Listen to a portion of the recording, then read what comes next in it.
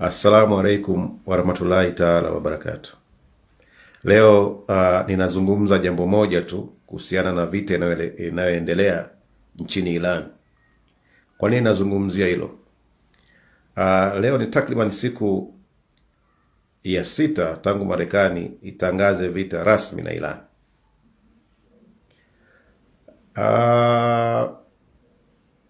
Siku ya 6 tayari mafuta ya petroli na dizeli yameshapanda bei kwa 13% nchini Tanzania. Tayari mafuta yameshapanda bei kwa 13%. Sasa hii inamaanisha nini?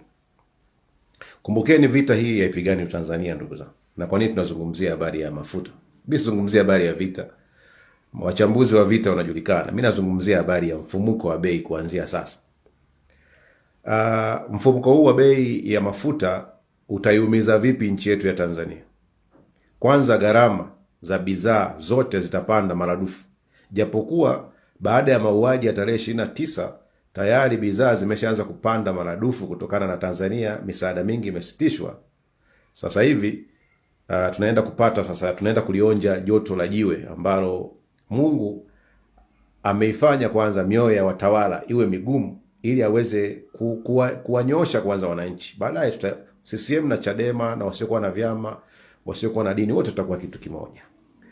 Sasa hivi kila kitu kitapanda bei. Kwa sababu gani? Mafuta ndio tegemezi la nchi yetu ya Tanzania, petroli na dizeli. Kwa sababu gani? Mkulima analima shamba lake, asilimia kubwa wakulima wakubwa wanaolisha nchi wanatumia matrekta, wanatumia dizeli. Mfanyabiashara anatoka Dar es Salaam anakwenda mikoani kwenda kuchukua vyakula, anatoka Mbeya, anatoka Arusha na mikoa minginevyo, lazima aende akafate mazao shambani kwa usafiri, maanisha anatumia mafuta. Huyu mtu wa gari atapandisha gharama ya kubeba mazao. Huyu mtu akwenda kuchukua mazao aje auze, huyu atapandisha bei ya mazao. Huyu mfanyabiashara mdogo anakwenda sokoni, anakwenda masoko makubwa, kwa mfano Tandika kule Dar es Salaam, Soweto kule Mbeya, anakwenda kuchukua mazao akauze kwenye genge lake, anatumia nauli. Watu wa magari, watu wa daladala watapandisha nauli za magari, daladala, watapandisha nauli za mabasi. Huyu mfanyabiashara wa kawaida ili kufidia gharama anazotumia atapandisha bei ya mazao. Hii kwenye mazao peke yake. Kila kitu, kwenye simenti itapanda bei. Matofali kutaka kujenga utapanda bei, kutoka yote natumia usafiri kusomba sehemu moja kwenda sehemu nyingine. Hii haina chama. Tafadhali ndugu zangu. Kwenye hili savadi CCM, kwenye hili tuungane. Hili halina chama. Hili ninazozungumzia kwa sasa, hili halina chama. Usilete masuala za uchama. Kwa hiyo kama haya ni masuala yanayohusiana na masuala ya uchumi. Sasa kwa huu mfumuko wa bei, wazazi waliokuwa wanasomesha watoto wao shule nzuri itakuwa changamoto kuendelea kuwasomesha hizo shule, kwa sababu watakwama pesa za kuendelea kuwasomesha. Hilo la kwanza. La pili, wagonjwa wa hospitalini itakuwa changamoto kumsafirisha mgonjwa wako kutoka Arusha maeneo mengine kumleta hospitali kama Muhimbili na Ocean Road, wale wagonjwa wa kansa, itakuwa changamoto, nauli zitapanda maradufu. Hii haina chama cha siasa ndugu zangu, makada hii machawa hii, tuko pamoja kwenye hili, bila shaka tunasikilizana. Sasa sisi siku zote mmesema sisi sio wazalendo. Sawa, haina shida, inawezekana kweli sisi sio wazalendo. Kwenye hili hapa, ili kupunguza sasa mfumuko wa bei ya petroli kwenye lita moja na dizeli tufanyeje?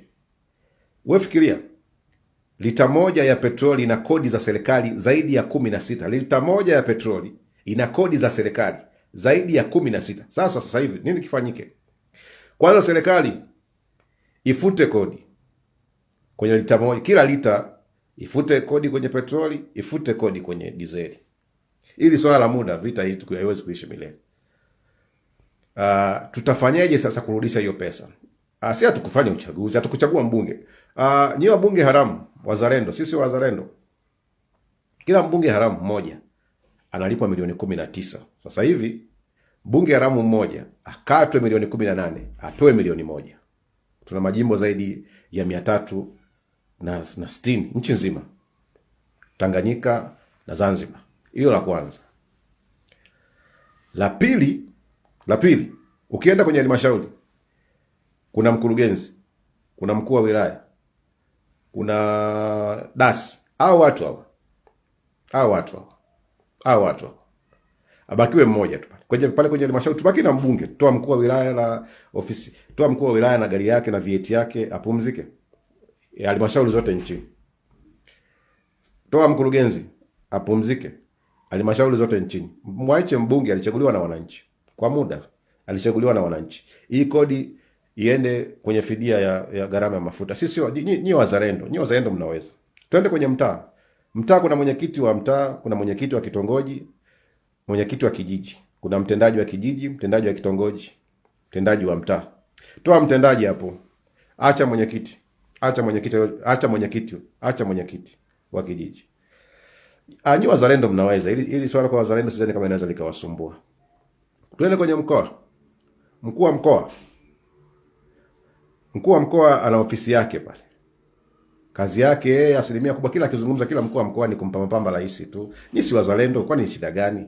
Pumzishe mkuu wa mkoa kwa muda. Mkoa hauwezi kufa kwa sababu wanaofanya kazi ni wananchi. Mkoa hauwezi kufa. Pumzishe mkuu wa mkoa kwa muda. Hizi fedha zote hizi twende tukalipie gharama ya mafuta ili yani maisha ya wananchi yasiwe magumu. Nyinyi wazalendo mnaweza. Nyinyi wazalendo mnaweza. Rais analipwa mshahara, tujue alipwa shilingi ngapi, lakini ni zaidi ya milioni 30. Hatujamchagua, si ni haramu huyu. Tunamwita rais haramu. Wananchi hatukumchagua, kukuwa na uchaguzi tarehe 29 Oktoba. Sasa tukubakizie 5 hapo. Pale Kizimkazi tubakize 5 tu. Wazalendo mimi kuhusu kuweza sina mashaka na nyinyi mnaweza. Sina mashaka na nyinyi.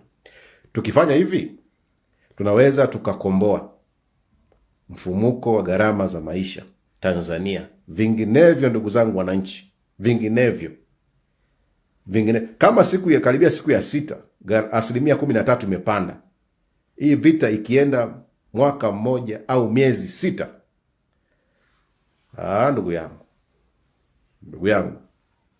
ndugu yangu Watanzania sisi wengine, Watanzania wengi ni watu wa kudharau sana mambo. Mtasema vita inapigana huko, sisi natuhusu nini? Mafuta ya petroli na dizeli ndio nchi iko hapo. Wewe fikiria huko Dar es Salaam unakula. Dar es Salaam mna shamba wapi? Arusha mjini mna shamba wapi? Mbeya mjini mna shamba wapi? Iringa mjini mna shamba wapi?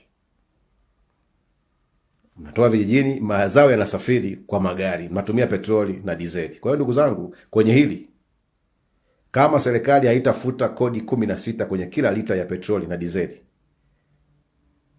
ndugu zangu machawa na wazalendo, tutakutana hapa, tutakuja kuzungumza. Leo ni hayo tu, mimi nimesema hayo tu. Mimi sio mzalendo, ila nyinyi wazalendo mnaweza mkasikiliza na mnaweza mkaona namna gani, mnaweza mkapuuza tu, lakini tutaendelea kukutana kwa sababu haya mambo yanaendelea. Asante.